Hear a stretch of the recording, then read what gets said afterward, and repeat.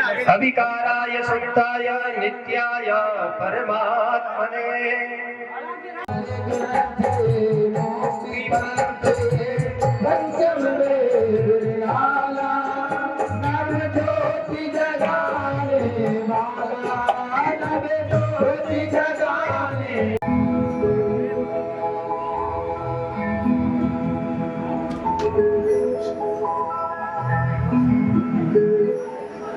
श्री गणेशाय नमः। श्री सरस्वत्यै नमः। श्रीमद्गुरुचरणकमलेभ्यो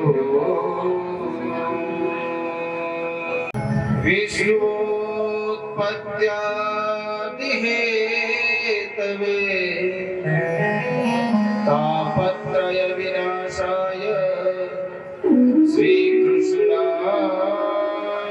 वयं नमः। यं प्रव्रजन्तमनुपेतमपेतकृत्यं द्वैपायनो विरहकातर आजुहाव पुत्रेति तन्मयतया तरवोऽभिनेदु तं सर्वभूतहृदयं मुनिमानतोऽस्मि। जय जय श्री राधारमण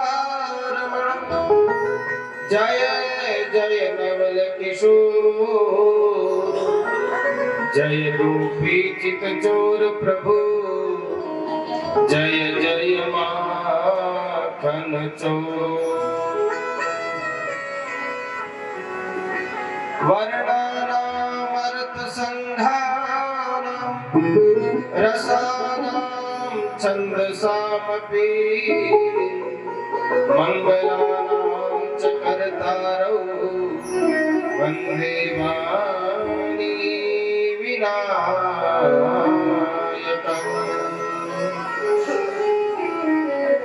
भवानी शंकरौ वन्दे श्रद्धा विश्वासरूपिणौ याभ्यां विना न पश्यन्ति सिद्धा स्वान्तस्तमीश्वर।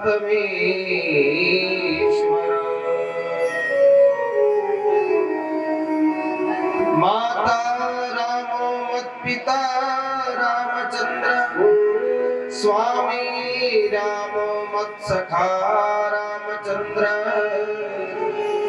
सर्वस्वं मे रामचंद्रो दयालु नान्यं प्रजाने नैव जाने न जाने। करेण वीणा परिवादयन्तीं तथा जपन्तीं परिवेष्टमाला मृणालपृष्ठा सनसन्निविष्टा सरस्वती त्वां शिरसा नमामि। भक्ति भक्त भगवंत गुरु चतुर्नाम वपुए इनके पद वंदन किए नाशय विघ्न अनेक।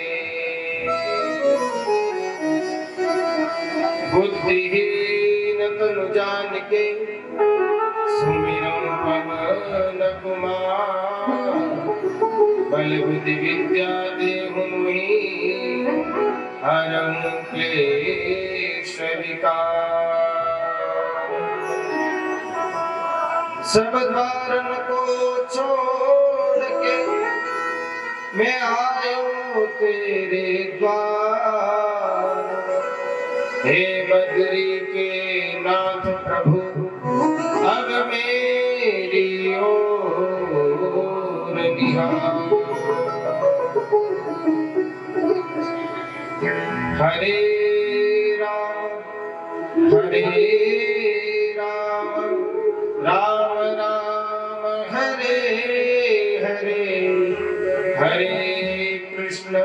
हरे कृष्ण कृष्ण कृष्ण हरे हरे। बोले श्रीमद्भागवत महापुराण की जय। बोले श्री बद्री विशाल भगवान की जय। बोले बद्रीनाथ धाम की जय। बोले श्री आदि केदारेश्वर भगवान की जय। बोले गौरी शंकर भगवान की जय। बोले श्री सद्गुरुदेव भगवान की जय। बोले श्री वेद व्यास जी महाराज की जय। बोले हनुमान जी महाराज की जय। बोले श्री सती मित्रेश्वर भगवान की जय। बोले श्री सांवरिया सेठ की जय। जय श्री राधे जय जय श्री राधे जय जय श्री राधे।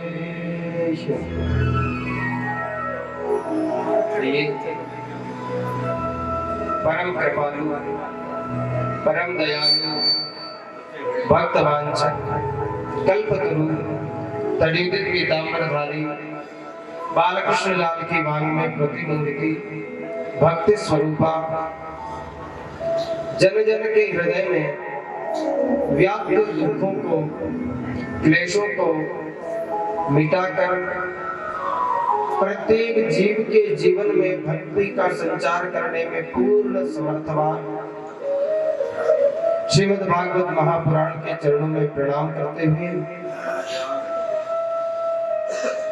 जिनके चरणों में बैठकर ये कथा और ये धाम हमें सुलभ हुआ, ऐसे भू वैकुंठ नाथ भगवान श्री बद्रीनाथ के चरणों में अनंत कोटि प्रणाम करते हुए जिनकी ये प्राचीन भूमि रही है, ऐसे भगवान श्री आदि केदारेश्वर प्रभु के चरणों में प्रणाम करते हुए जिनकी तपस्थली ज्ञानस्थली और जिनकी कृपा से श्रीमद् भागवत जी का प्रादुर्भाव हुआ, ऐसे परम गुरु भगवान श्री वेदव्यास जी के चरणों में बारंबार प्रणाम करते हुए कथा के परम रसिक बलवंत हनुमंत लाल के चरणों में प्रणाम करते हुए मेरे परम आराध्य भगवान श्री राधा माधव के चरणों में प्रणाम करते हुए आज चतुर्थ सत्र की कथा को सुनने आए आप सभी हरि भक्तों के हृदय में विराजमान श्री राधा सर्वेश्वर को प्रणाम करते हुए आप सभी को कथा से पूर्व मेरा व्यासपीठ से करबद्ध जय जय श्री सीताराम। आइए हम आज की मंगलमय कथा को सुनते हुए कृष्ण जन्म तक पहुंचे। उससे पूर्व हम 2 मिनट भगवान का संकीर्तन करें, उसके बाद हम लोग कथा में प्रवेश करेंगे। राधे कृष्णा कृष्णा कृष्णा राधे राधे राधे श्याम श्याम श्याम राधे राधे राधे कृष्णा कृष्णा कृष्णा राधे राधे राधे श्याम श्याम श्याम राधे राधे राधे कृष्णा कृष्णा राधे राधे राधे श्याम श्याम श्याम राधे राधे राधे कृष्णा कृष्णा राधे राधे राधे श्याम श्याम श्याम राधे राधे कृष्णा कृष्णा राधे राधे राधे राधे श्याम श्याम श्याम राधे राधे राधे राधे कृष्णा कृष्णा कृष्णा कृष्णा राधे राधे राधे श्याम राधे श्याम श्याम श्याम राधे राधे।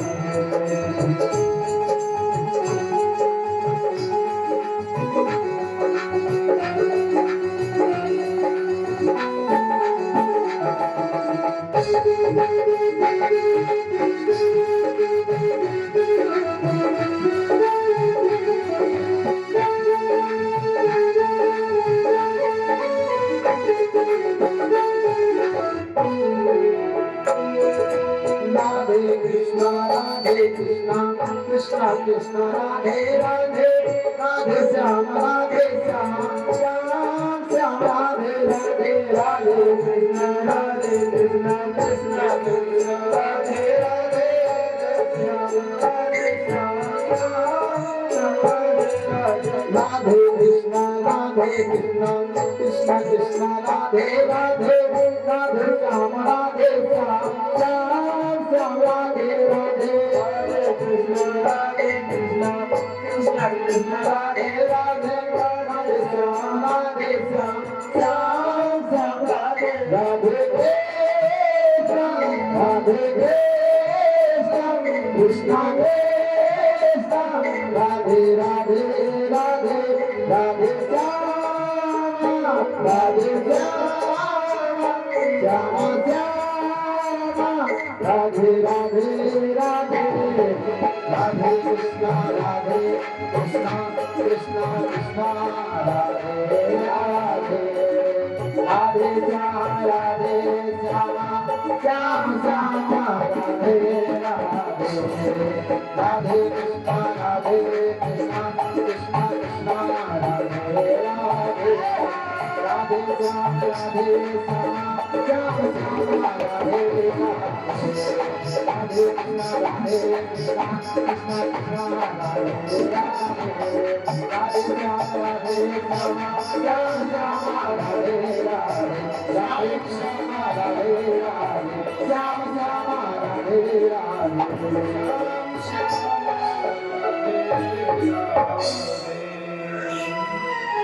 बोले राधा मुकुंद भगवान की जय। कल तक की कथा में हमने श्रवण किया था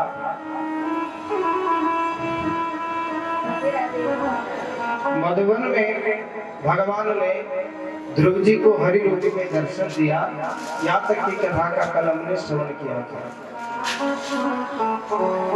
देखिए जो हरि का जो अवतार हुआ ना वो 24 अवतार में 7वां अवतार हुआ।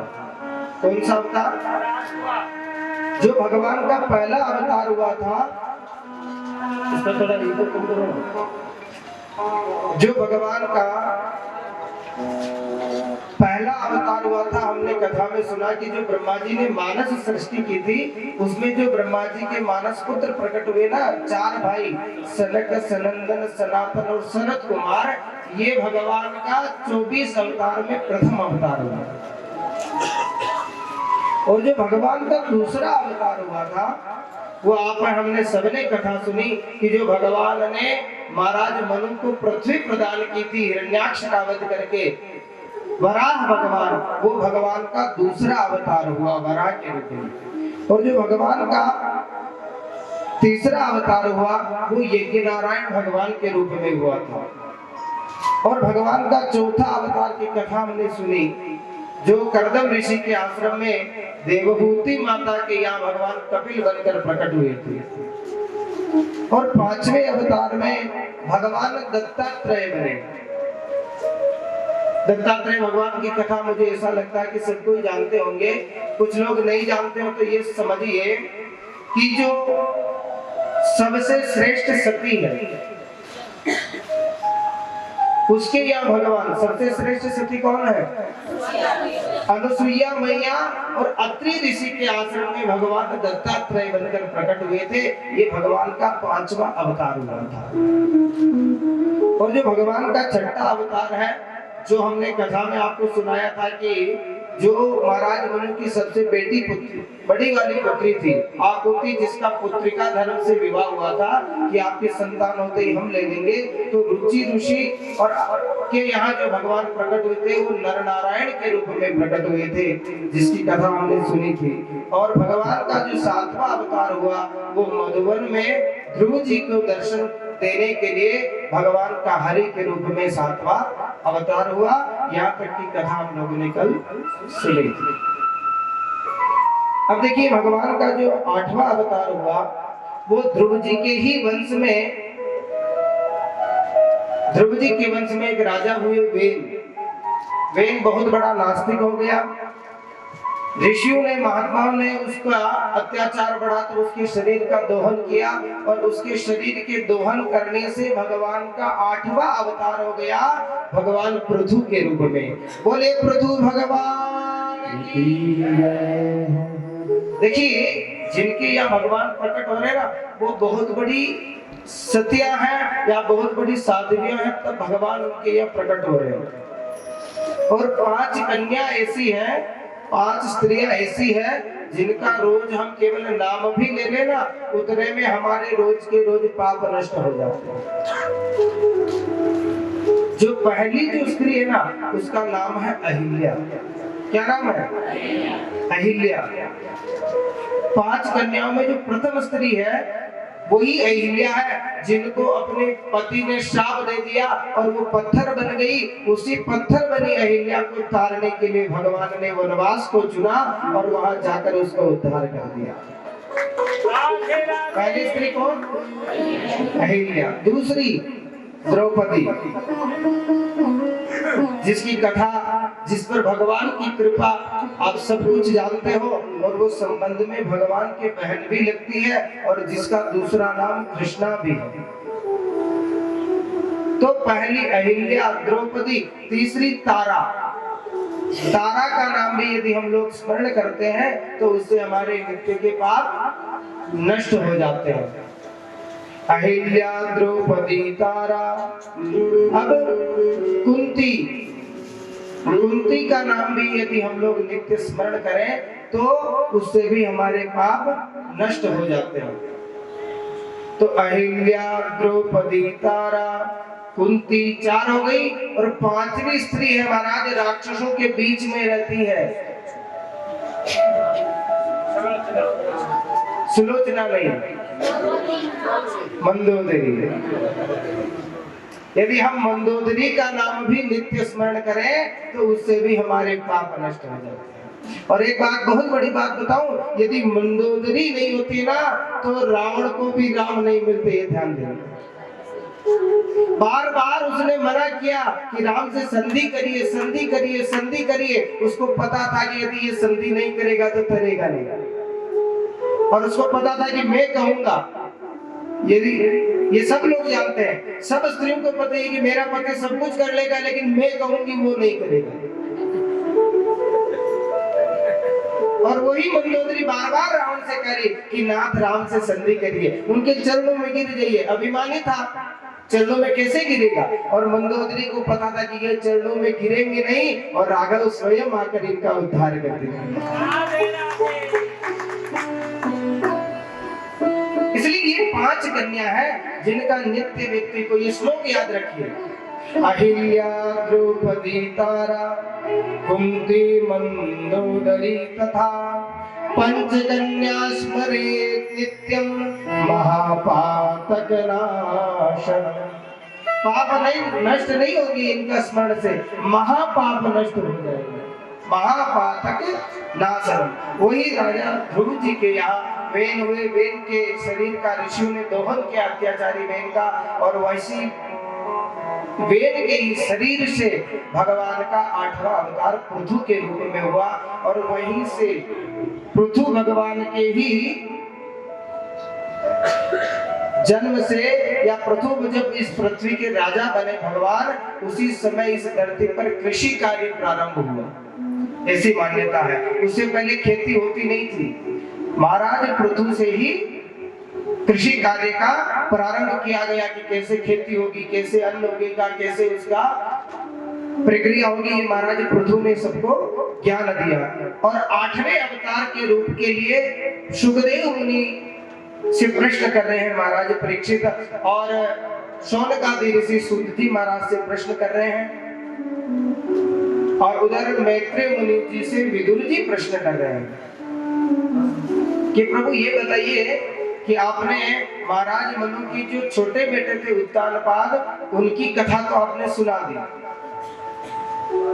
लेकिन जो बड़े वाले बेटे थे उनका क्या हुआ? क्या उनका भी वंश चला, नहीं चला? उनका क्या हुआ? तो बड़े वाले बेटे का क्या नाम था? प्रियव्रत। प्रियव्रत जी महाराज देखिए जन्म से ही महात्मा थे, उनको संसार में कोई रुचि नहीं थी, लेकिन देखिए बार बार नारद जी की प्रेरणा से नारद जी ने कहा महाराज तुम्हारा रेखी केरो मनो तो तुझी है।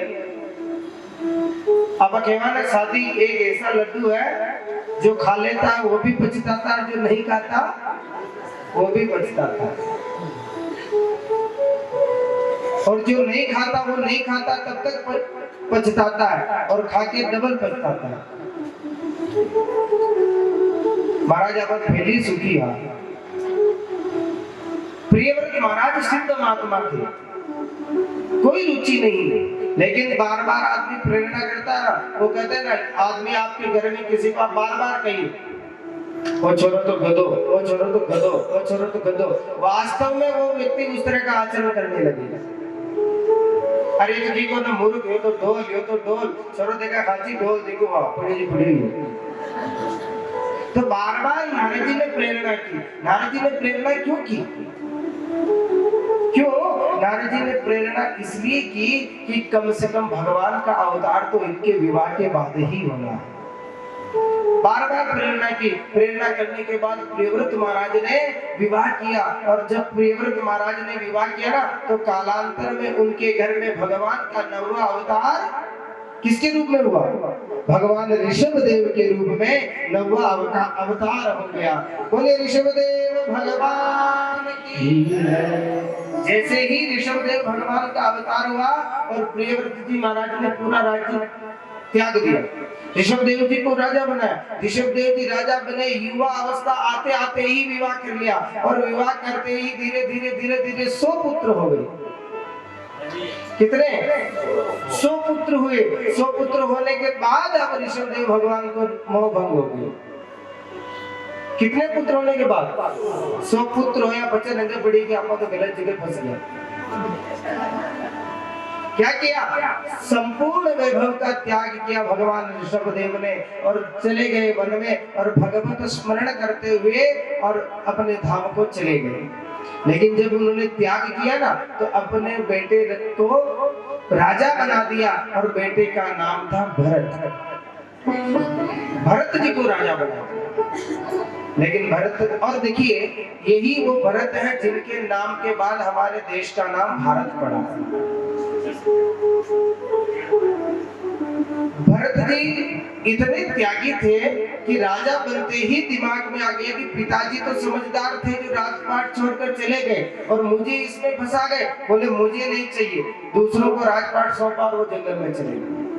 देखिए कथा थोड़ी तीव्र गति से चलेगी, इसलिए चलेगी कि हमको कृष्ण जन्म भी कराना है और माना गांव भी जाना है।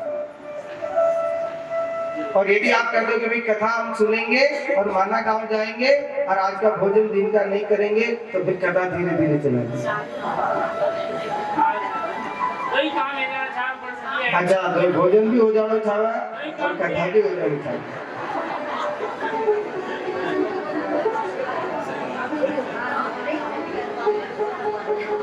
जंगल में गए राजपाट छोड़कर, और भगवान का निष्दिन 8 याम भजन करने लगे। एक दिन भजन कर रहे थे, भजन करते हुए सरोवर में गए, भगवान विष्णुदेव का पूजन करके अर्घ दे रहे थे। उसी समय उस सरोवर के किनारे एक हिरणी पानी पीने के लिए आई, और हिरणी सागर्भा थी, मां बनने वाली थी, और वो उस सरोवर के किनारे पानी पी रही थी। उसी समय सरोवर के उस किनारे एक सिंह आया, शेर आया पानी पीने। उसने दहाड़ लगाई और हिरनी ने सोचा कि मेरे पीछे कोई सिंह आ गया है, और वो उस जलाशय में कूद गई, उस तालाब में कूद गई। तैरने के अपने आप को बचाने के लिए वो प्रयास करने लगी। उसी समय उसके प्रसव की पीड़ा हुई और उसने एक नन्हे से शावक को जन्म दे दिया। देखिए, किसी को जन्म देना ये समझिए दोबारा जन्म लेना। किसी को, चाहे वो कोई भी हो, चाहे पशु पक्षी हो, चाहे स्त्री हो, कोई भी हो, ऐसी कथा है और शास्त्र कहते भी हैं, कोई माँ किसी को जन्म देती है ना, तो समझिए वो तो जन्म दे रही है, यानी कोई दूसरा जन्म ले रहा है, लेकिन उसके साथ साथ वो माँ भी अपना पुनर्जन्म कर रही है। उस प्रसव वेदना के कष्ट में वो तैरना भूल गई, उस पीड़ा में, और वो हिरनी वहीं अपना प्राण छोड़ दिया। लेकिन जो वो शावक था वो डूबने लगा और वो तैरते तैरते धीरे से जड़ भरत जी के पास आ गया और भरत जी ने उसको उठा लिया। भरत जी ने सोचा कि एक तो मर गई, इसका मुझे तो पाप लगना ही है, मैं बचा नहीं सका, लेकिन इस नन्हे से जीव को नहीं बचाया तो मुझे घोर पाप लगेगा जिसका कोई प्रायश्चित नहीं होगा। उसको बचा लिया, लेकिन वो इतना छोटा था, अभी आज ही जन्मा है। तो भरत जी ने क्या किया, गए और पत्ते लिए, उसको साफ किया, पूछा, और धीरे धीरे धीरे धीरे उसको खिलाते पिलाते उसको धीरे धीरे बड़ा करने लगे। जैसे जैसे धीरे धीरे बड़ा किया और वो उछल कूद करने लगा। जिस तरह हम अपने घर में छोटे बच्चों के साथ खेलते हैं, उस तरह भरत जी उस हिरनी के बच्चे के साथ खेलने लगे। अब तो जो भरत जी निस्दिन भगवान के नाम में रमण करते थे, उन्होंने नाम छोड़ दिया और उस हिरनी के बच्चे के साथ खेलना प्रारंभ करते हैं। ये देखिए संसार है, यदि आप किसी के अंदर मोह नहीं रखेंगे ना, तो ही भगवान को भज सकते हैं। जो अपनी साधना में उच्च कोटि पर पहुंच गए, उनको पुनः मोह हो गया और उनका साधना छूट गई। और साधना ऐसी छूटी कि रात दिन हिरनी की बच्चे का ही ध्यान रखते। एक दिन अपने जैसे लोगों को आया हुआ देखा। समझ रहे मेरी बात का? हिरणों का एक झुंड आया सरोवर में पानी पीने के लिए, और उस हिरण के बच्चे ने भी, हिरनी के बच्चे ने भी अपने जैसों को देखा और वो उसमें सम्मिलित होकर भाग गया। अब जब भाग गया तो प्रेम के वश उस हिरनी के बच्चे को भरत जी खोजने लगे, ढूंढने लगे। ढूंढते इतने व्याकुल हो गए, भूख प्यास सब भूल गए और ऐसे व्याकुल हुए कि उन्होंने हिरनी के बच्चे को ढूंढते ढूंढते अपना प्राण छोड़ दिया। और शास्त्र कहते हैं कि अंते यामति सा गति, हम जब मरते हैं उस समय जिसका स्मरण रहेगा हमारा अगला जन्म उसी में होगा। अगर हम मरते हैं उस समय यदि हम भगवान का नाम लेकर मरेंगे तो भगवान हमें मुक्त कर देंगे, और हम जब मरते हैं उस समय यदि हम अपने बाल बच्चों का किसी का स्मरण करके मरते हैं तो हमारा अगला जन्म उसी में हो जाएगा। कभी कभी लोग कहते हैं जो स्त्री है वो मरेगी तो अगला जन्म वो किसी भी रूप जीव में जाएगी, माता ही बनेगी। जो पुरुष है अगले जन्म में कुछ भी बनेगा वो पुरुष ही बनेगा, नर ही बनेगा। ऐसा नहीं है। अंते यामति सा गति, हम मरते समय यदि हाथी का स्मरण करके मरेंगे तो अगले जन्म में हाथी बनेंगे। हम मरते समय यदि ऊंटनी का स्मरण करके मर गए तो अगले जन्म में ऊंटनी ही बनेंगे। तो भरत जी शरीर को त्यागा और अगला जन्म उनका एक हिरण के रूप में हो गया।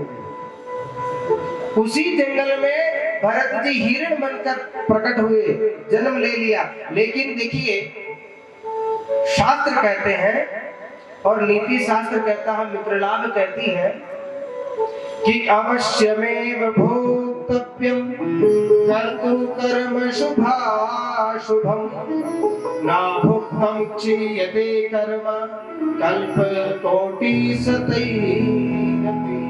हम अच्छा कर्म करेंगे तो अच्छा और बुरा कर्म करेंगे तो बुरा, उसका फल जब तक नहीं भोग लेंगे तब तक वो अपने कर्म समाप्त होने वाले नहीं है। चाहे आप अच्छा भी करोगे तो भी उसको भोगना है, आप बुरा भी करोगे तो भी उसको भोगना है। कब भोगना है? चाहे आपके करोड़ों जन्म ही क्यों ना हो गए हो, आपने लग 84 एक बार क्यों ना भोग ली हो, लेकिन जब तक वो कर्म का आप सुख दुख नहीं भोगोगे तब तक वो कर्म समाप्त नहीं होंगे, चाहे कितने जन्म ले। तो भरत जी का जो सुकर्म था वो इस जन्म में उनको स्मरण था, और उन्होंने क्या किया कि मुझे कुछ नहीं करना है, मुझे तो कैसे भी इस जन्म में भी भगवान का स्मरण करते हुए इस शरीर को शीघ्रता से छोड़ना। और उस हिरण वाले जन्म में भी भरत जी ने जो हिरण का जन्म लिया उसमें भी भगवान की स्मृति रखी और उस शरीर को छोड़ा। उसमें भगवान की स्मृति थी, स्मरण था, ध्यान था। अगला जन्म एक ब्राह्मण परिवार में उन्होंने जन्म ले लिया। अब ब्राह्मण परिवार में जन्म लिया, फिर भी उनको ध्यान है कि मेरा पहला जन्म ऋषभदेव के पुत्र के रूप में हुआ, फिर मैंने गलती से एक हिरणी के बच्चे को बचाया, मैं हिरण बना, और अब प्रभु कृपा से यदि कर लूं। धीरे धीरे जब वो बड़े होने लगे तो उनका व्यवहार अनुकूल नहीं था परिवार के, और जब व्यवहार परिवार के अनुकूल नहीं था वो मंदबुद्धि जैसा व्यवहार करते थे, तो घर वालों ने नाम उनका जड़ भरत रख दिया।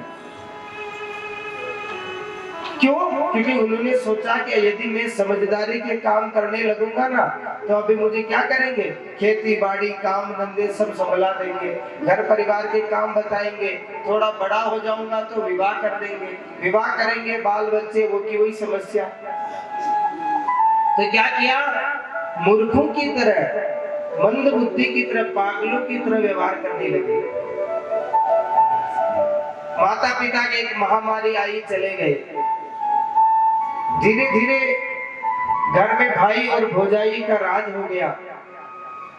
जब माता पिता नहीं रहते हैं और ऐसा कोई भाई है जिसका विवाह नहीं होता है तो फिर उसका कोई ठिकाना नहीं होता, ये ध्यान दें। फिर उसका कोई ठिकाना नहीं है। आ गया घर में तो खा लिया, नहीं आया तो कोई फोन करके पूछने वाला नहीं कि भैया तुम कहाँ हो।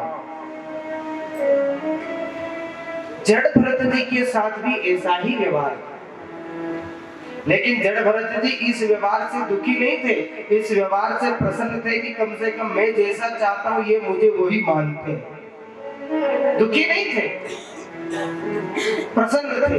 कुछ घर का काम बता देते कि जाओ थोड़ा जंगल में जाके भोजन बनाने के लिए समिधा लकड़ी ले आओ, तो वो क्या करते, सूखी लकड़ी लाने की जगह गीली लकड़ी ले आते कि ले बड़ा भोजन दार कतरो बना। 2-4 बार ऐसा व्यवहार किया, बोले अब इसको लकड़ी लेने मत भेजो। बोलते कि जाओ फलाने कुएं से पानी लेकर आ जाओ, मटकी देकर भेज दे, मटकी को वहीं फोड़ कर आ जाता है कि भाभी मटकी तो फूट गई। रोज नहीं मटकी लाते, दूसरे दिन उसको फोड़ दो। उन्होंने कहा कि ये किसी काम का नहीं है। धीरे धीरे भौजाइयों ने एक रणनीति बनाई और अपने अपने पति को भटका दिया। बोले कि तुम्हारा भाई किसी काम का नहीं है, सुबह शाम 4 आदमी का भोजन करता है, अब इसकी कोई दूसरी व्यवस्था करो, इसको हम घर में या तो अपने भाई को रखो या हमको रखो। अब तुमको दोनों में एक को चुनना है, तुमको पत्नी चाहिए कि भाई चाहिए। भाई क्या करते, भाई ने कहा कि तुम लोग इसी घर में रहो। जड़ भरत जी से बात की कि भैया आप देखो ऐसी व्यवस्था है, अब तुमको क्या चाहिए। जड़ भरत ने कहा कि जो तुम कहोगे हम उसमें सब स्वीकार है। बोले तुम ऐसा करो, हमारे खेत पे एक टपरी बना लो, झोपड़ी, और वहां रहने लगते। भरत जी ने कहा भाई इससे बड़ा और क्या काम होगा। बोले जल्दी हम बना लेंगे टपरी, तुमको जरूरत नहीं बनाने की। खेत पे चले गए, झोपड़ी बनाई, पेड़ के नीचे रहने लगे। सुबह शाम भोजन घर से आता था। भरत जी, जड़ भरत जी अपना भजन करते और सुबह शाम भोजन घर से कौन सा आता था, जो रात को यदि बच जाता था तो सुबह आता था, और सुबह यदि बच जाता था तो वो शाम को आता था, और जिस दिन नहीं बचता था उस दिन भरत जी की कुटिया में आनंद ही आनंद होता था। भरत जी सोचते थे कि आज तो ये भोजन करने का भी समय नहीं गंवाना, आज तो 5 माला ज्यादा करेंगे। धीरे धीरे उनकी भौजाइयों ने एक दिमाग लगाया कि सुबह शाम भोजन तो करता ही है और वह कुटिया में पड़ा ही तो रहता है, और हम लोग उनको खेती बाड़ी के लिए मजदूर करने पड़ते हैं। ऐसा करते हैं कि उसी को खेती बाड़ी में लगा देते हैं। भाई अपने अपने पतियों को कहा तो जड़ भरत जी को खेत समतल करने में लगा दिया कि ये खेत ऊबड़ खाबड़ है, पानी ढंग से ज्यादा नहीं है, तुम इसको ऐसा करो समतल कर दो। बोले ठीक है भैया, शाम तक इसको समतल कर देंगे। जड़ भरत जी ने क्या किया, जहां पर गहरा था वहां पर और गहरा कर दिया, उसकी मिट्टी लगा लगा के जगह जगह लगा दिया। बोले कि आज यदि मैं एक खेत को ठीक कर दूंगा तो कल मुझे दूसरा खेत बताएंगे, परसों तीसरा बताएंगे, और फिर इनका क्रम चलते रहेगा। नहीं तो आज ही इस बात से छुट्टी कर दो। शाम को भाई आए, बोले तुमने ये क्या कर दिया? बोले आप ही ने तो कहा कि इस खेत को समतल कर दो। अरे समतल का मतलब है कि इसको एक शेषा कर दो। बोले भैया मुझे क्या पता कि समतल किसे कहते हैं। बोले ठीक है, वापस मजदूर लगा के उसको सही कराया। धीरे धीरे बारिश का समय आया, अन्न भी उगाया गया। अब उसको जो अन्न को जो पशु पक्षी नष्ट करते हैं ना, तो अब उसकी ड्यूटी लगा दी कि तुम इसके चारों तरफ केवल चक्कर लगाओ, कोई भी पशु पक्षी अन्न को बर्बाद ना करे। बोले ठीक है भैया। अब धीरे धीरे जब उसमें अन्न आने लगा तो जड़ भरत जी का तो काम था कि भाई उनको उड़ाना, और जड़ भरत जी उनको क्या करते थे, और बुलाते और कहते कि आओ तुम लोग भर भर पेट के खा के चली जाओ। ऐसी व्यवस्था थी कि वो धीरे धीरे पूरी खेती नष्ट हो गई, और अब उनके भाइयों ने आज उनको खेत से भी निकाल दिया। खेत से निकाला एक पेड़ के नीचे जाकर जब करते, उसी समय एक राजा आया था रघुगण, जो कहीं सत्संग करने जा रहा था। उस राजा रघुगण क्या करता था कि पालकी में बैठकर कहीं सत्संग सुनने जाता था। अब क्या हुआ कि एक दिन जो पालकी में एक आदमी उठाने वाला था वो बीमार पड़ गया, और जब वो बीमार पड़ा ना तो पालकी में जो 3 और बचे थे उनसे कहा कि कोई जंगल में कोई आदमी मिले उसको पकड़ के ले आओ। मिलता कौन? जंगल में तो केवल जड़ भरत जी मिले।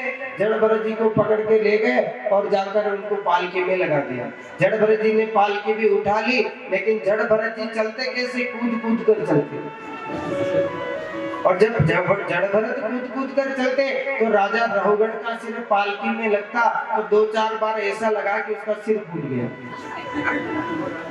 जब सिर फूटा तो राजा ने कहा कि पालकी नीचे उतारो। पालकी को नीचे उतार के कहा कि देखने में तो तुम अच्छे लगते हो, 6 फुट के, खाते पीते भी घर के लगते हो, शरीर खूब बलवान लग रहा है, देखने में ब्राह्मण भी लग रहे हो, जनेऊ भी पहन रखी है, फिर तुमको बुद्धि नहीं है कि चलना कैसे चाहिए। भरत जी ने कहा कि महाराज हमको तो बुद्धि है कि चलना कैसे चाहिए, लेकिन आपको बुद्धि नहीं है कि सत्संग में कैसे जाना चाहिए। मेरे को तो पता है कि व्यक्ति जब भी चले, यदि कोई जीव अपने पैर के नीचे आने वाला हो तो उसको बचाने के लिए आपको कूद कर आगे बढ़ जाना चाहिए। लेकिन मुझे ये भी पता है कि कभी भी 4 कंधे पे सत्संग में नहीं, शमशान में जाया जाता है, और तुम सत्संग में 4 कंधे पे जा रहे हो।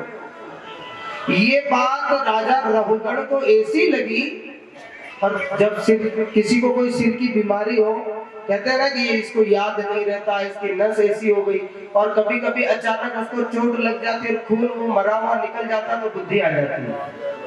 और उसी पालकी से लगा और रघुगण का वो जो खून नस बंद थी वो खुल गई, इलाज हो गया।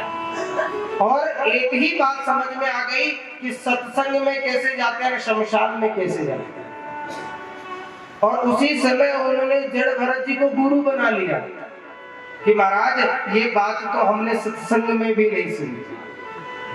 और राजा रघुगण को जड़ भरत जी ने ऐसा उपदेश दिया, जो सत्संग में जाने वाला रघुगण था वो राजप्रसाद में जाकर भगवान का भजन करते हुए और वैकुंठ को प्राप्त हो गया। अब धीरे धीरे समय बीता।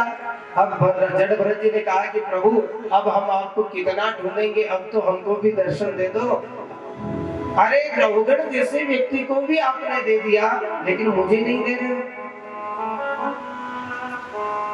भजन करते और बैठे बैठे भगवान को केवल पुकारते। क्या कहते हैं?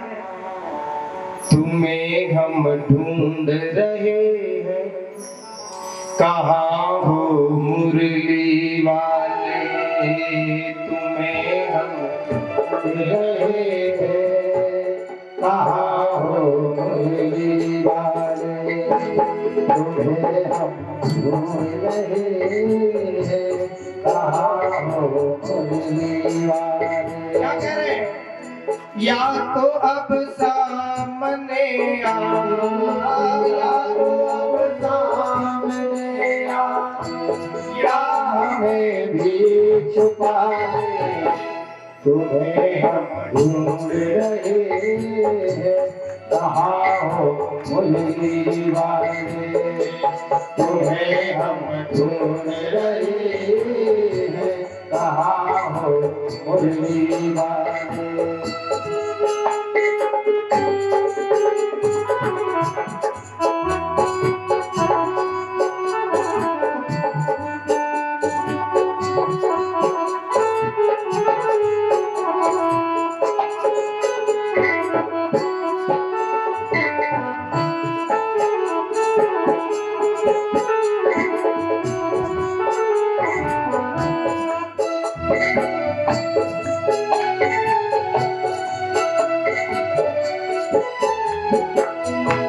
दर्द से अपना रिश्ता पुराना हो गया है, तेरी चाहते दिल दीवाना हो गया है।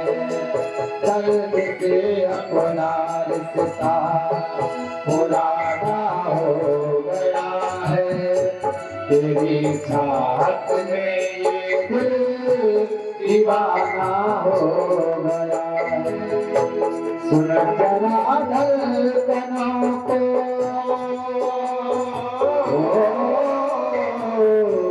सुन जरा धड़कनों को, हम हैं तेरे हवाले, तुम्हें हम ढूंढ रहे हैं, कहाँ हो मुरली वाले, तुझे हम ढूंढ रहे हैं, कहाँ हो मुरली वाले।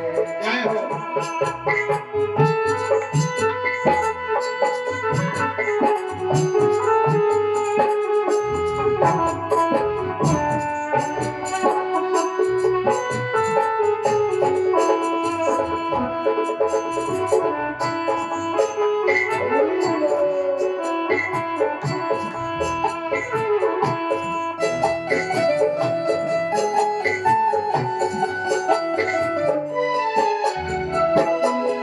सफर में जिंदगी के कुछ ऐसे मोड़ आए, जिन्हें सब बात अपना वही लेकर आए। जिंदगी के सफर में कुछ ऐसे मोड़ आए, जिन्हें सब बात अपना वही लेकर आए। एक तेरा है सहारा, ओ एक तेरा है सहारा, गले मुझसे लगा ले, तुझे हम ढूंढ रहे हैं, कहाँ हो मुरली वाले, तुम्हें हम ढूंढ रहे हैं, कहाँ हो मुरली वाले।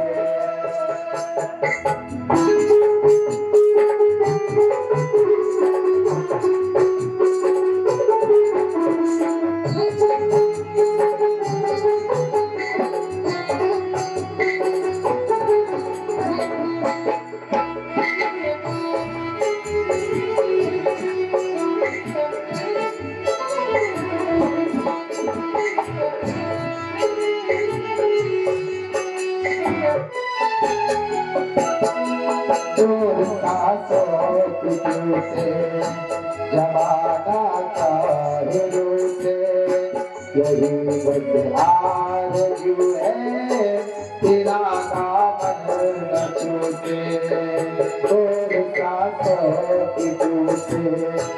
जमाना का ये रूठे, यही बस आरज़ू है तेरा दामन न छूटे। तड़पते हैं तेरे तड़पते हैं तेरे बिन, आए अपने बुला ले, तुझे हम ढूंढ रहे हैं। कहाँ हो मुरली वाले, तुझे हम ढूंढ रहे हैं। कहाँ हो मुरली वाले, या तो अब सामने आ, या तो अब सामने आ, या हमें बीच पाले, तुझे हम छोड़ रहे हैं। कहाँ हो मुरली वाले, तुझे हम छोड़ रहे हैं। कहाँ हो मुरली वाले, तुझे हम छोड़ रहे हैं। कहाँ हो मुरली वाले, तुझे हम छोड़ रहे हैं। कहाँ हो मुरली वाले, कहाँ हो मुरली वाले, कहाँ हो मुरली वाले।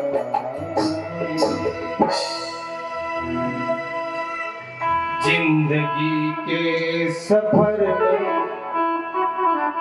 कुछ ऐसे मोड़ आए, जिन्हें समझा था अपना वही निकले पराए। जिंदगी के सफर में कुछ ऐसे मोड़ आए, जिन्हें समझा था अपना वही निकले पराए। लेकिन जिनको अपना समझाना प्रभु जीवन में, वो तो सब पराये हो गए हैं। लेकिन अब क्या है, अब केवल और केवल आपका ही सहारा है मालिक। इसलिए मैं आपको कहता हूँ कि आप कहीं भी हो, अब मेरे सामने आ जाइए, या फिर ये शरीर छूट जाए और आप मुझे भी छुपा लीजिए। उसी समय एक और घटना घट गई। उधर एक कोई चोरों का सरदार था, जिसने अपने कुलदेवी के यहाँ दर्शन करके और बहुत बड़ी चोरी के लिए आशीर्वाद मांगा था कि मैं उस राजा के यहाँ चोरी करने जा रहा हूँ। सफल हो गया तो आए माता जी आपके मंदिर में एक में जीवित नर की बलि चढ़ाऊंगा। संयोग से चोरी में सफल हो गया। माता जी की यहाँ नर बलि चढ़ानी है। अपने सेवकों को भेजा, छोटे मोटे चोरों को, कि जाओ जंगल में जो भी मिले पकड़ के लाओ। जड़ भरत जी ही मिले। बोले कि चलो, हमारे राजा ने, सरदार ने आपको बुलाया। बोले किस लिए? बोले कि माता जी के बलि चढ़ानी है तुम्हारी। बोले मेरी और माता जी के बलि? ये शरीर और माँ के भोग लग जाए, जल्दी चलो। अरे ये शरीर किसी तो काम में आ जाए। चले गए। अब हाँ हाँ करिए अपन कौन कहते हैं कि थोड़ी बरकत जाता है कि खाली मोटर उधर खड़ी जाए तो यार महाराज कैसे जाता ले लोटी करते। 2 दिन का बिठा तो पर मत ले चालो। अपन कह सकते हैं क्या? लेकिन जो भक्त परमात्मा को सब कुछ स्मरण कर दिया, समर्पण कर दिया, वही कहेगा कि ये शरीर मेरे राघव के काम आ जाए, मेरे माधव के काम आ जाए। थोड़ा सा हम और आपकी बात नहीं करें, हम भी भगवान के दीपक जलाएंगे तब कहेंगे, मात पिता तुम मेरे शरण कहूँ मैं किसकी। लेकिन जैसे दीपक पूजा भूल गए, कौन से माता पिता? बोल देंगे ताली बजा के, तन मन धन और जीवन सब कुछ है तेरा।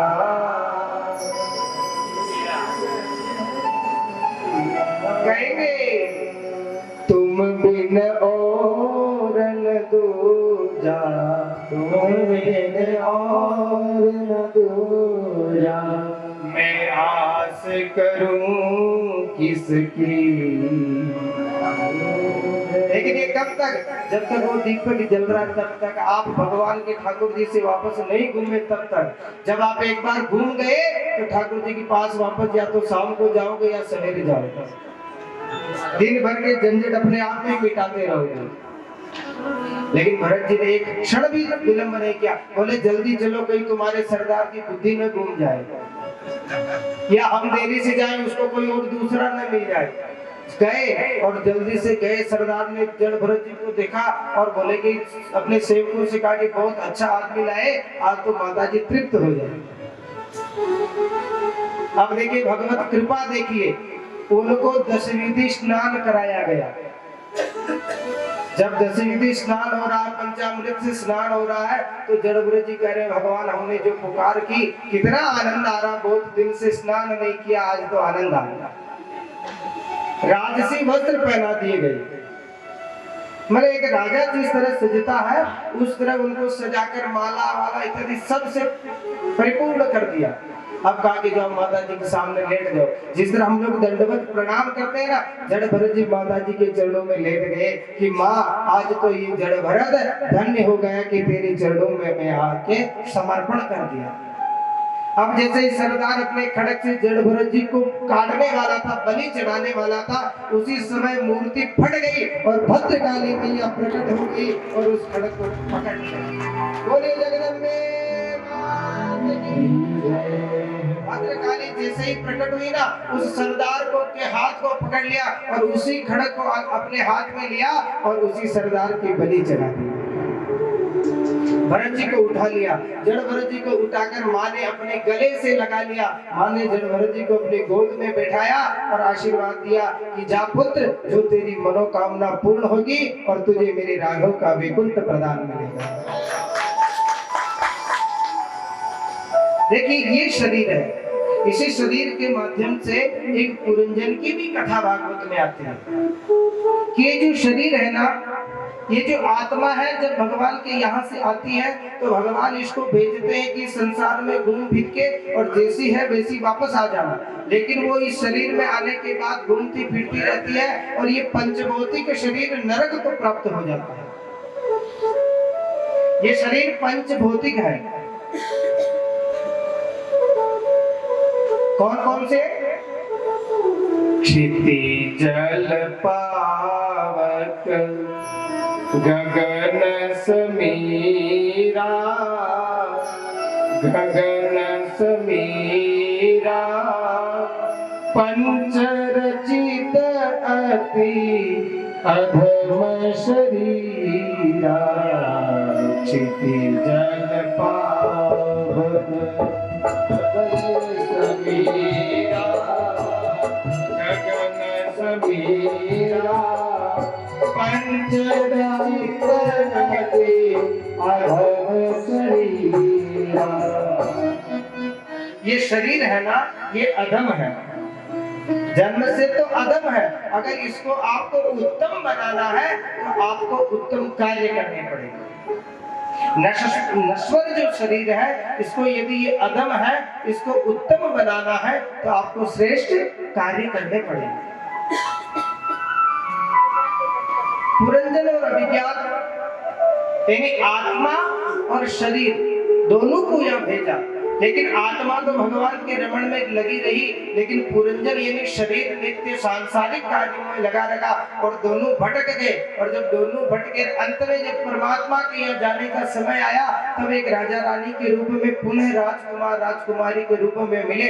तब वो पहचान गए कि भैया दोनों एक जगह से आए थे और दोनों को जाना एक है, फिर हम भटक कैसे गए हैं। तो आत्मा ने कहा कि मैं भगवान के भजनों वाली संगत में चली गई और तू संसार में चला गया, इसलिए हम लोग भटक गए।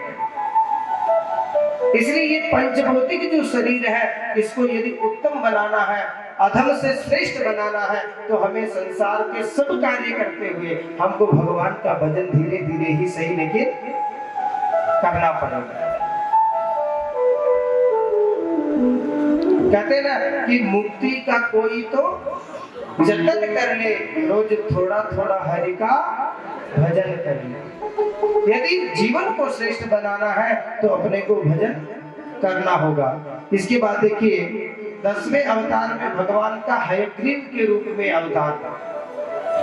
बोलिए हयग्रीव भगवान की जय। ऐसी कथा है कि जब हयग्रीव भगवान ने अवतार लिया तब इस धरती पर ज्ञान का उपदेश देकर और अपनी लीलाओं का संवर्णन किया।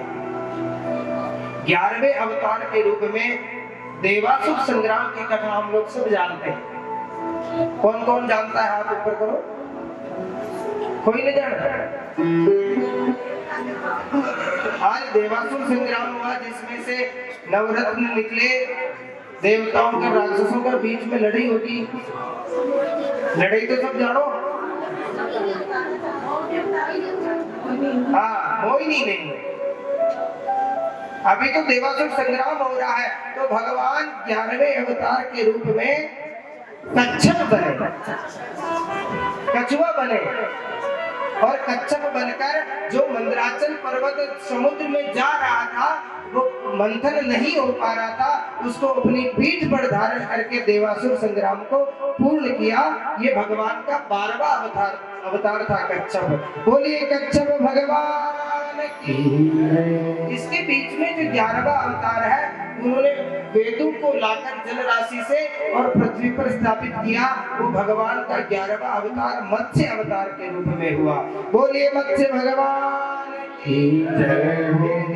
धीरे कथा भागवत जी के 6 स्कंद को पूर्ण करके 7वें स्कंद में प्रवेश करती है। तब राजा परीक्षित सुखदेव मुनि से प्रश्न करते हैं कि भगवान समप्रेहसुरद ब्रह्मन् भूतानां भगवान स्वयं इंद्रस्यार्थे कथं दैत्यान् अवधीत विषमो यथा।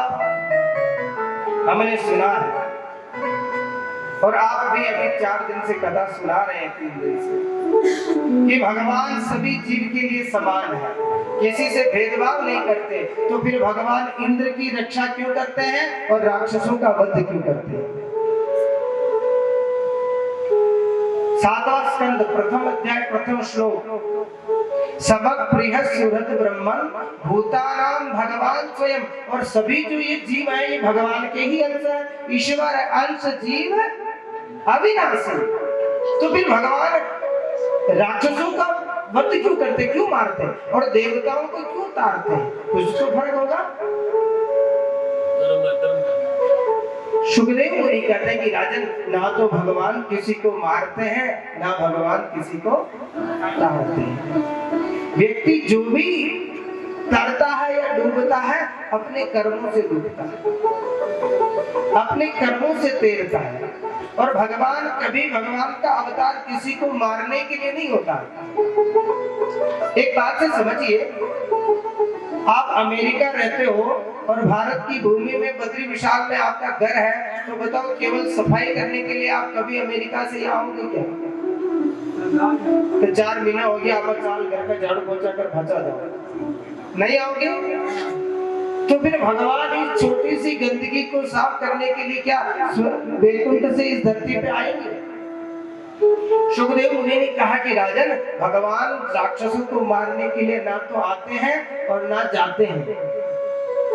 जिस तरह कभी आप अमेरिका रहते हो और आपका बाकी परिवार यहाँ रहता है, आपके घर में किसी का बहुत बड़ा शादी का उत्सव है, फिर आप क्या करोगे?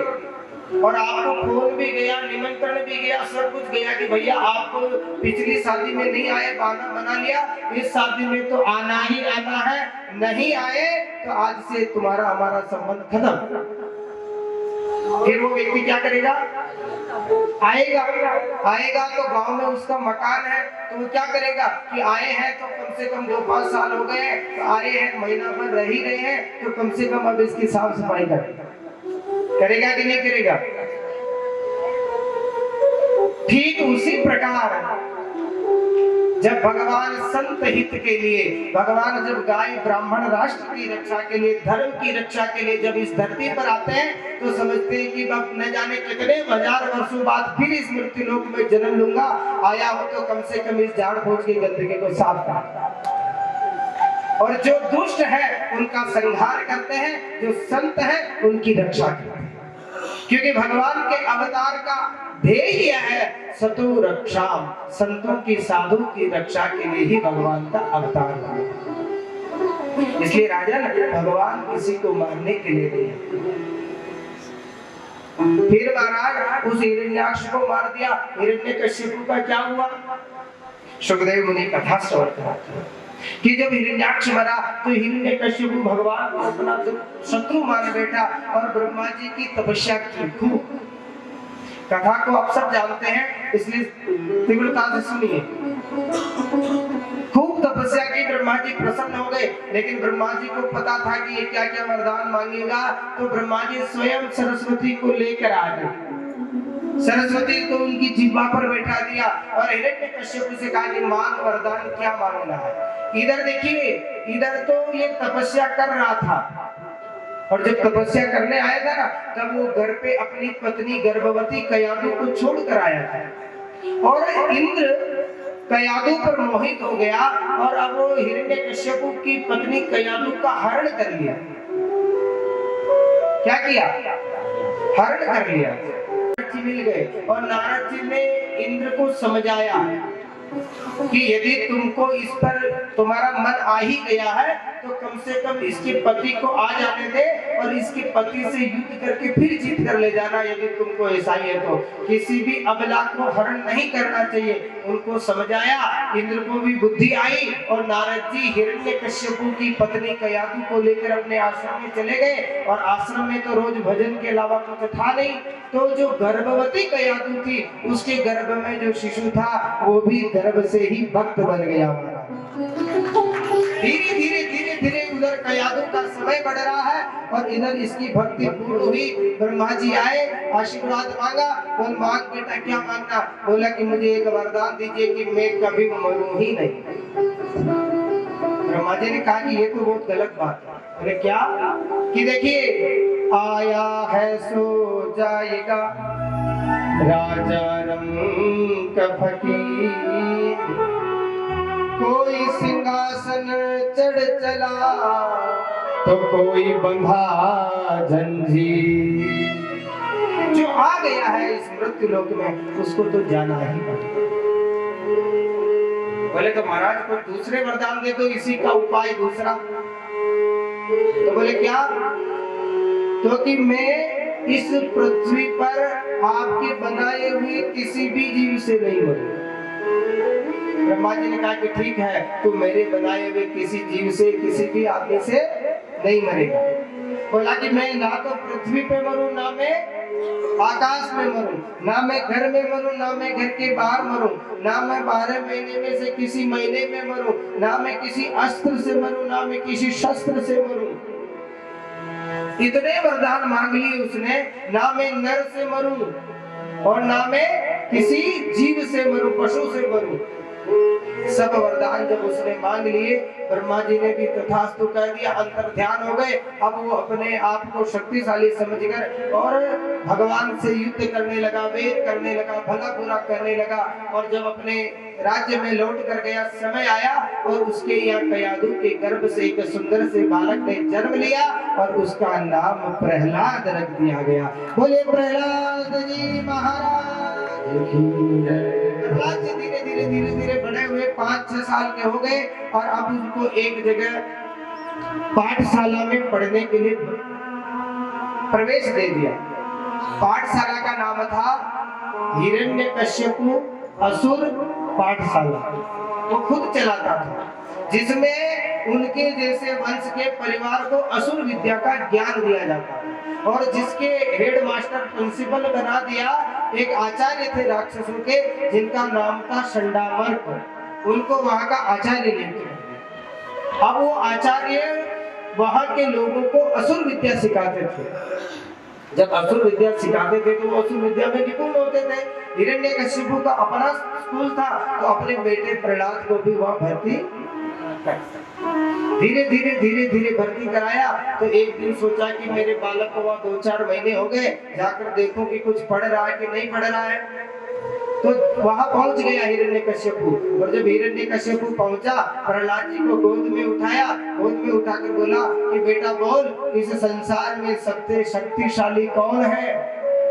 तो उसने सोचा कि ये बोलेगा कि पिताजी मेरी नजर में तो आप ही सबसे शक्तिशाली हैं। लेकिन प्रहलाद जी ने कहा पिताजी इस संसार में तो क्या पूरे त्रिलोक में मेरे केशव के अलावा, मेरे नारायण के अलावा कोई शक्तिशाली नहीं है। जैसे ही नारायण का नाम सुना और प्रहलाद जी को दूर फेंक दिया और आचार्य जी को पकड़ लिया।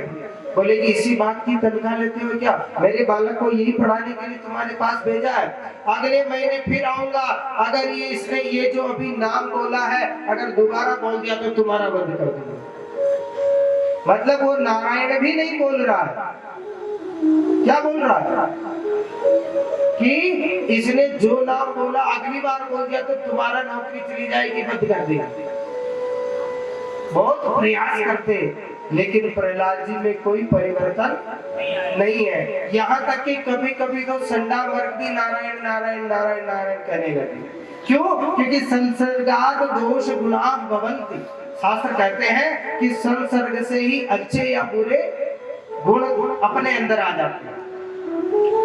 लेकिन आपके अगर एक आदमी अच्छा है 10 बुरे है ना, तो ये संभव है कि उन 10 का गुण एक में आ सकता है। लेकिन एक आदमी अच्छा अगर प्रबल है और 10 अवगुण वाले उनमें प्रबलता नहीं है, तो वो एक अच्छा 10 में भी परिवर्तन लाकर उनको भी सत्संग में ला सकता है। क्या किया? धीरे धीरे वहां की जो राक्षस विद्या सीखते थे, असुर विद्या, उनमें भी धीरे धीरे नारायण नारायण नारायण कहने का अभ्यास हो गया। महीना हो गया, किसी काम में व्यस्त होने के कारण हिरण्यकशिपु वहां नहीं गया, अपने आचार्य को ही वहां बुला लिया कि बताओ मेरे बेटे में कोई परिवर्तन आया कि नहीं आया। वो डरते डरते बोला कि महाराज आपका बेटा अब नहीं भजता है, जो वो भजता है वो नहीं भजता, अब वो जो हम लोग सिखाते हैं वही करता है। आपने जो भी काम था करके जैसे ही संडामर्क वापस पाठशाला में गए तो क्या देखते हैं कि एक झुंड बना हुआ है सभी असुरों के लड़कों का, और बीच में प्रहलाद जी है, हाथ में करताल है और प्रहलाद जी के साथ सभी लोग गा रहे हैं श्रीमन नारायण नारायण नारायण श्रीमन नारायण नारायण नारायण श्रीमन नारायण नारायण श्रीमन नारायण नारायण श्रीमन नारायण नारायण नारायण श्रीमन नारायण नारायण नारायण श्रीमन नारायण नारायण। आप लोग बैठे हो जो क्या है? तो बद्री नारायण नारायण बद्री नारायण नारायण नारायण। तुझ में उपदेश दे रहे हैं अपने सहपाठियों को। प्रहलाद जी क्या उपदेश दे रहे हैं कि तुझ में नारायण नारायण नारायण, तुझ में नारायण नारायण नारायण, तुझ में नारायण नारायण नारायण, तुझ में नारायण नारायण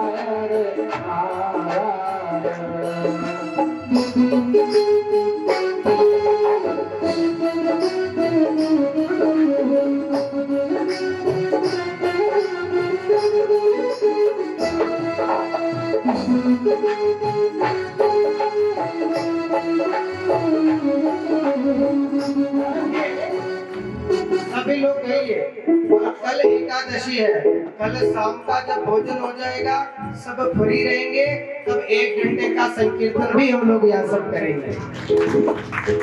कल भोजन के बाद शाम को रात को 9 से 10 या 10 से 11 1 घंटा हम लोग यहाँ भगवान का संकीर्तन भी करेंगे। इसलिए सभी लोग गाइए। और इसके अलावा यहाँ कोई नहीं है, कथा का सार भी यही है कि सब में नारायण का दर्शन करने लग जाओगे कि माता नारायण नारायण नारायण, माता नारायण नारायण नारायण, पिता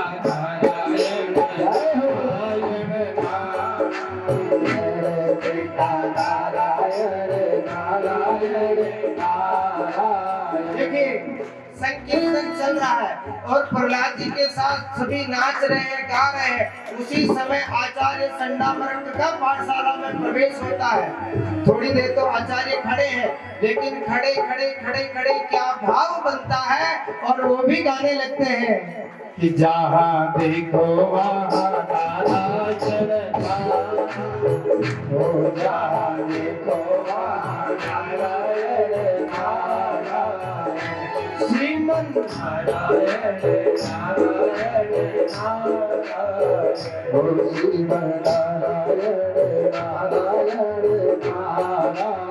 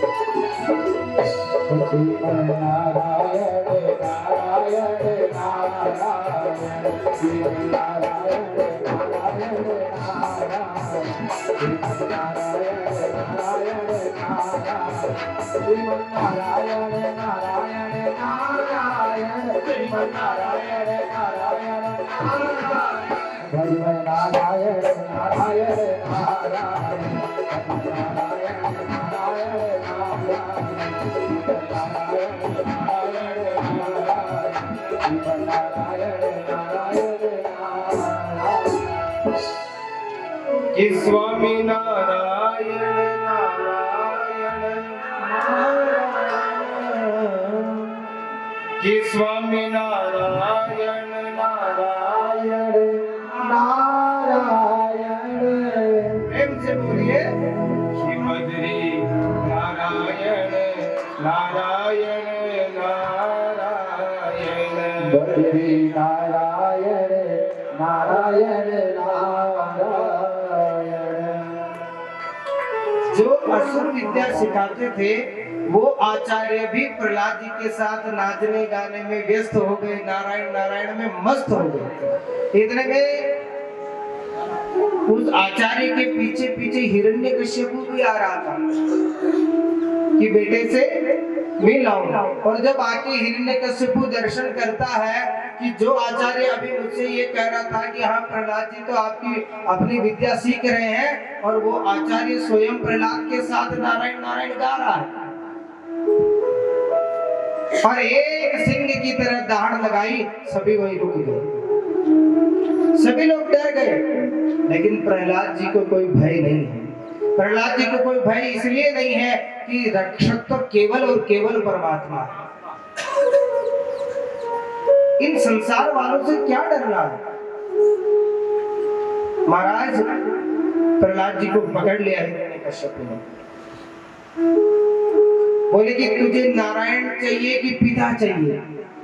प्रहलाद जी कहते हैं कि आप मेरे संसार के पिता हो, तो आपकी भी तो मुझे आवश्यकता है, लेकिन मैं जहां से आया हूं ना, इस आत्मा को उसी परम पिता में वापस लेकर जाना है पिताश्री, इसलिए उस परम पिता की आपसे भी ज्यादा आवश्यकता है।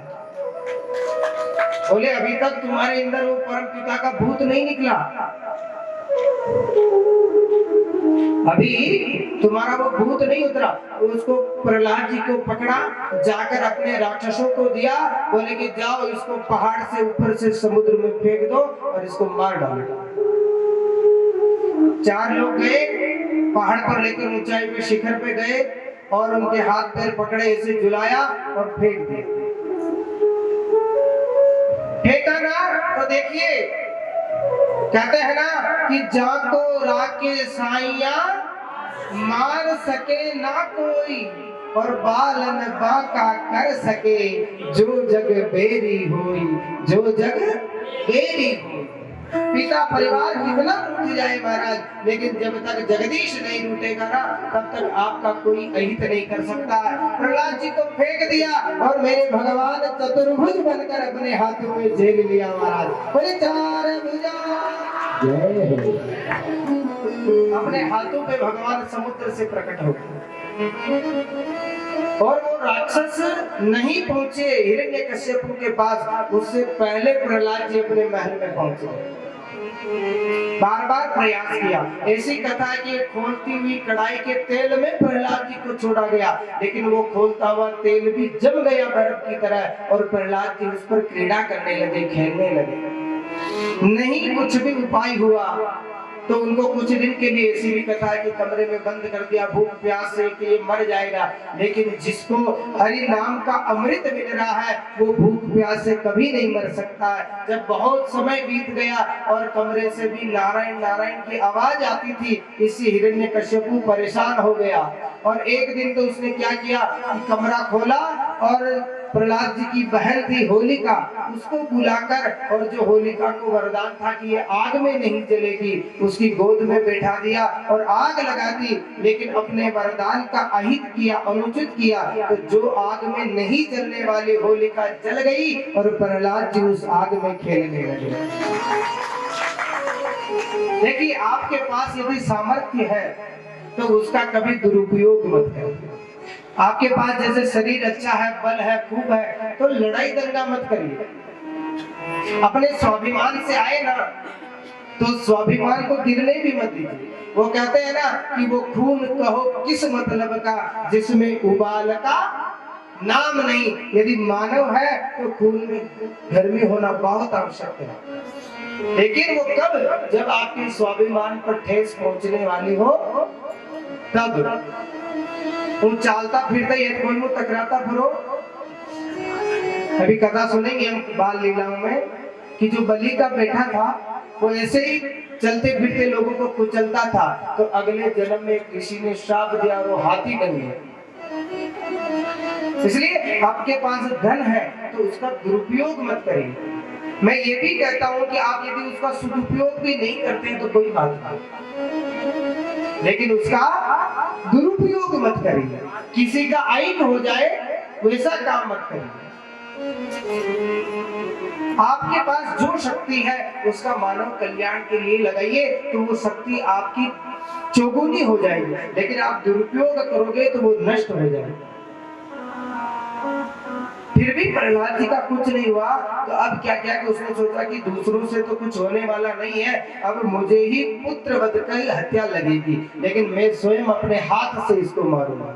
एक दिन पकड़ लिया, बैठा दिया और बोले कि प्रहलाद, तुम जिसको भजते हो वो कहाँ है? बोले कि पिताजी, मैं जिस भगवान को भजता हूँ ना वो सब जगह है। कहाँ पे है? सब जगह। ऐसी कोई जगह रिक्त नहीं है, ऐसी जगह कोई खाली नहीं है जहाँ पर मेरे नारायण का वास नहीं है। तुलसीदास जी ने गाया है ना मानस में, क्या गाया? सिया राम मय सब जग जानी, सिया राम मय सब जग जानी, सिया राम मय सब जग जानी, सिया राम मय सब जग जानी, करहूं प्रणाम चोरी जुग पानी, करहूं प्रणाम चोरी जुग पानी, करहूं प्रणाम चोरी जुग पानी, करहूं प्रणाम चोरी जुग पानी। श्री राम प्रभु सब जगत में व्यापक है पिताजी। सब घट मेरो साइया, खाली घट ना को, बलिहारी उस घट की, जा घट पर कट हो। पिताजी हर क्षण हर समय मेरे नारायण इस जगत में व्यापक है, व्याप्त है। केवल अपनी बुद्धि, अपने आंतरिक चक्षु चाहिए कि हम उनके दर्शन कर सकें। बोले समझ गए, इस खंभे में भी तुम्हारे नारायण है। पिताजी कहने की शंका की संशलित मात्र भी संदेह नहीं कि इस खंभे में मेरे नारायण नहीं होंगे। आप चाहो तो इसका आप देख सकते हो, प्रयोग करके देख सकते हो। बोले देख लो। और हिरण्यकश्यपु ने अपना खड्ग उठाया और जैसे ही खंभे में मारा, उससे पहले ही मेरे नारायण खंभ फाड़ कर और नरसिंह रूप में प्रकट हो गए। बोलिए नरसिंह भगवान।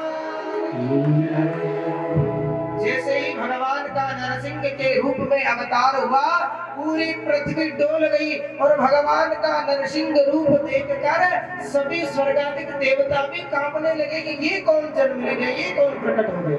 ऐसा तो हमने भगवान का रूप ही नहीं देखा। सब डरने लगे, कांपने लगे कि ऐसा नहीं कि इस दुष्ट को मारने के बाद हमारा नंबर होता। पकड़ा, हिरण्यकश्यप को अपनी गोद में बैठा लिया, मारने लगे। हिरण्यकश्यप ने कहा कि कुछ देर रुको। बोले क्यों? क्योंकि हमारे वरदान है, अगर हम हमारे वरदान पूर्ण कर दो तो फिर हमें मार सकते हो, बाकी ये आप अपराध कर जाओगे। बोले आपके वरदान गिनाओ। तो मेरा पहला वरदान है कि मैं ब्रह्मा की बनाई हुई किसी भी चीज से नहीं मरूं। भगवान ने कहा तुम भूल गए हो, ब्रह्मा ने तुमको पागल बना दिया है। बोले क्यों? क्योंकि ब्रह्मा ने मुझको नहीं बनाया, मैंने ब्रह्मा को बनाया। नाभि कमल से मैंने उनको जन्म दिया है। मेरे को ब्रह्मा ने नहीं बनाया, मैंने ब्रह्मा को जन्म दिया है नाभि कमल से। बोले कोई बात नहीं, एक वरदान फर्जी दे दिया। दूसरा और है, क्या है? कि मैं ना धरती पे मरूं ना मैं आकाश में मरूं। भगवान ने कहा कि ये बता दुष्ट की तू अभी किसकी गोद में है? तो बोले कि मैं अभी आपकी गोद में हूँ। तो भगवान ने कहा कि मेरी गोद ना धरती पे मानी गई ना आकाश में मानी गई है, मैं जहाँ रहता हूँ समान रूप से व्यापक रहता हूँ, इसलिए तू उस वरदान की भी चिंता मत कर। तो बोले ना अस्त्र से मरूं ना शस्त्र से मरूं। बोले कि देखो ना तो मेरे पास अस्त्र है ना शस्त्र है, मेरे तो ये बड़े बड़े नाखून है ना, इसी से मैं तेरे को अभी तेरा सीना चीर कर तेरे को मेरा पद प्रदान कर दूंगा। बोले नहीं नहीं, मुझे आपका पद नहीं चाहिए, मरना नहीं है। और भी वरदान है कि 12 महीने में से किसी भी महीने में नहीं मुझे। बोले चिंता मत करिए, अधिक मास चल रहा, 13 महीने का साल है और ये अधिक मास चल रहा है, ये तेरे 12 महीने फर्जी है। बोले महाराज ना घर में मरूं ना घर के बाहर। तो बोले कि अभी तुम दहली में हो, और दहली ना घर के बाहर होती ना अंदर होती। दहली से उधर पार करोगे तो घर, दहली से इधर पार करोगे तो बाहर। बोले अभी तो तेरे महल की दहली में है, चिंता मत कर। तो बोली ना मैं नर से मरूं ना मैं किसी पशु से मरूं। बोले तुम पहले मेरा दर्शन करके मैं तेरे को क्या लग रहा हूँ। अब वो देखता कि आप कभी तो नर लग रहे हो और कभी शेर लग रहे हो, सिंह लग रहे हो, यानी मुझे तो आप मिली जुली गठबंधन की सरकार नरसिंह लग रहे हो महाराज। तो बोले अब क्या करना है? तो हाथ जोड़ दिया हिरण्यकश्यपु ने कि प्रभु जो आपको करना हो वो कर दीजिए, लेकिन आपकी अब गोद मिल गई है तो ये हिरण्यकश्यपु अब डूबे नहीं, ऐसा काम करेगी ये तर जाए। भगवान ने कहा कि तू चिंता मत कर, जो मेरी गोद में आ गया ना, जो मेरी शरण में आ गया वो तो कभी डूब ही नहीं सकता है, तो उसकी चिंता मत कर। और भगवान ने अपने नाखूनों से उसके सीने को चीरते हुए और अपनी परम गति हिरण्यकश्यप को प्रदान कर दी। बोले भक्तवत्सल भगवान। स्वर्गादि को अपनी गोद में बैठाया, आशीर्वाद दिया, लेकिन स्वर्गादि देवता पुष्प वृष्टि तो कर रहे हैं लेकिन डर रहे हैं। बोले ये तो अभी प्रहलाद के पास है इसलिए शांत है, यदि प्रहलाद जी को उठाया तो फिर ये अब हमारा नंबर आएगा। तो लक्ष्मी जी के पास दौड़ कर गए, ऐसी कथा है। और माँ को कहा कि माँ आज तो भगवान ने, आज तो पिताजी ने बहुत विकराल रूप धारण कर लिया है, आप चलेंगे तो शांत हो जाएगा। समझ रहे हैं ना? आप चलेंगे तो शांत हो जाएंगे। और भगवान है क्या? भगवान का नाम क्या है? भगवान क्या है? सब लोग जानते हैं ना हम लोग। भगवान का मूल जो है ना वो शांत है। भगवान कभी अशांत नहीं होते, इसलिए तो हम लोग कहते हैं शांताकारं भुजगशयनं पद्मनाभं सुरेशं विश्वाधारं गगनसदृशं मेघवर्णं शुभांगं लक्ष्मीकान्तं कमलनयनं योगिभिर्ध्यानगम्यं वन्दे विष्णुं भवभयहरं सर्वलोकैकनाथं। भगवान का जो स्वभाव है, भगवान की जो प्रकृति है ना वो शांत है। माता जी को बुलाएगा और जैसे ही मैया लक्ष्मी जी आई, भगवान को देखी वो खुद डर गई कि मैंने तो इनका ऐसा रूप कभी देखा ही नहीं, मन में विचार भी नहीं किया कि कभी ये ऐसा रूप भी बना सकते हैं, नहीं तो मैं इनसे विवाह क्यों करती। अरे मैंने इनके उस रूप को देखा तभी तो इनके गले में जब वरमाला डाली मैंने, लेकिन हमने इनका स्वरूप कभी नहीं देखा। लेकिन जैसे ही लक्ष्मी जी को भगवान ने देखा तो वो शांत गए, तो अब देवी आ गई है अब शांत हो गए। शेर कितना भारी होता है, आप शेर का कभी सामना कर सकते हैं? जंगल का राजा कहलाता है शेर, लेकिन वो जब शेर पे जब जगदम्बा सवार होती है ना तो वो शेर भी शांत हो जाता है। शेर पे सवारी कौन करती है? जगदम्बा ही करते ना। वो जगदम्बा जब उस शेर पे सवारी करके और जब वो शेरा वाली बनती है तो वो शेर भी शांत होकर, जो हिंसक पशु है वो भी अहिंसक होकर और जगत का कल्याण करने लगता है। भगवती ने भगवान को शांत किया और हाथ पकड़कर और ले जाकर पुनः अपने क्षीर सागर में विश्राम करता। यही कथा, ये जो नरसिंह अवतार है ये 24 अवतार में से 13वां अवतार। 14वें अवतार के रूप में त्रिकूट नामक पर्वत के जलाशय में गज और ग्राह के बीच में युद्ध हुआ और उस गज और ग्राह के बीच में जब अपने परिवार वालों का सहारा मांगता रहा गज, तब तक ग्राह से वो छुटकारा नहीं पा सका। जब तक परिवार से संबंध रखता था वो गज, परिवार से संबंध कैसा कि वो जब पानी पीने गया त्रिकूट नामक पर्वत के किनारे तलहटी के सरोवर में, तब उसका पूरा परिवार 25-30 और हाथी छोटे मोटे उसके साथ थे। लेकिन जब हाथी पानी पीते पीते क्रीड़ा कर रहा था, उसी समय एक मगरमच्छ आया, उसका पैर पकड़ लिया। जब मगरमच्छ ने पैर पकड़ा तो उसके परिवार वाले कुछ देर तो उसको बचाने का प्रयास करने लगे। जब उनको लगा कि ये तो बच नहीं पा रहा, ऐसा नहीं कि ये मगरमच्छ इसको पकड़ रखा है और इसको बचाने के चक्कर में कोई दूसरे मगरमच्छ आ जाए और हम लोगों को भी मरना पड़े, तो क्या किया, उस हाथी के जो परिवार वाले थे, उसकी पत्नी, बेटा, बेटी, सगे संबंधी, पूरा कुटुंब एक एक करके उस जलाशय से पार हो गए।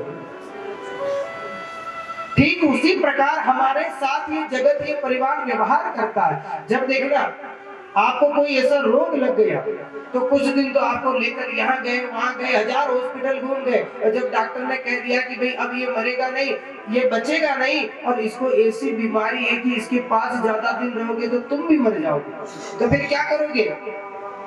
बेटा बेटी को कहोगे कि इस थाली में खाना नहीं, ज्यादा होगा तो क्या कहोगे? जब तक तुम्हारे दादा जिंदा है तुम लोग कॉन्वेंट स्कूल में चले जाओ, हॉस्टल में वही रहना, वही पढ़ना।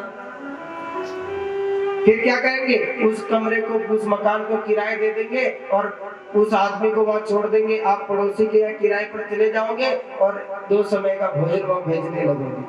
जब पता चलेगा कि बीमारी ऐसी बढ़ गई है कि अब इसके पास गए और इसकी दुर्गंध भी आई, आप मर जाओगे, तो फिर आप उसको छोड़ दोगे कि अब तो जाने तेरा। ठीक उसी प्रकार उस गज के साथ हुआ और ठीक उसी प्रकार कुछ दुख में फंसने के बाद हमारा परिवार, ये संसार भी हमारे साथ भी यही करता है। लेकिन देखना, जब परिवार वालों ने साथ छोड़ दिया और जब मरने वाला था, तिल भर सूंघ रही बहार, तब हरि का नाम पुकारा। और तब ईश्वर को याद किया, और जैसे ही भगवान ने भी जब हरि का नाम सुना तो तज के बैकुंठ को तज कर और उस सरोवर के किनारे प्रकट होकर और गज को और ग्राह को दोनों को मुक्त कर दिया। गज ग्राह से मुक्त हो गया और वो मगरमच्छ अपने जीवन से मुक्त हो गया। इसलिए पुकारते हैं ना कि सुनहरी मैंने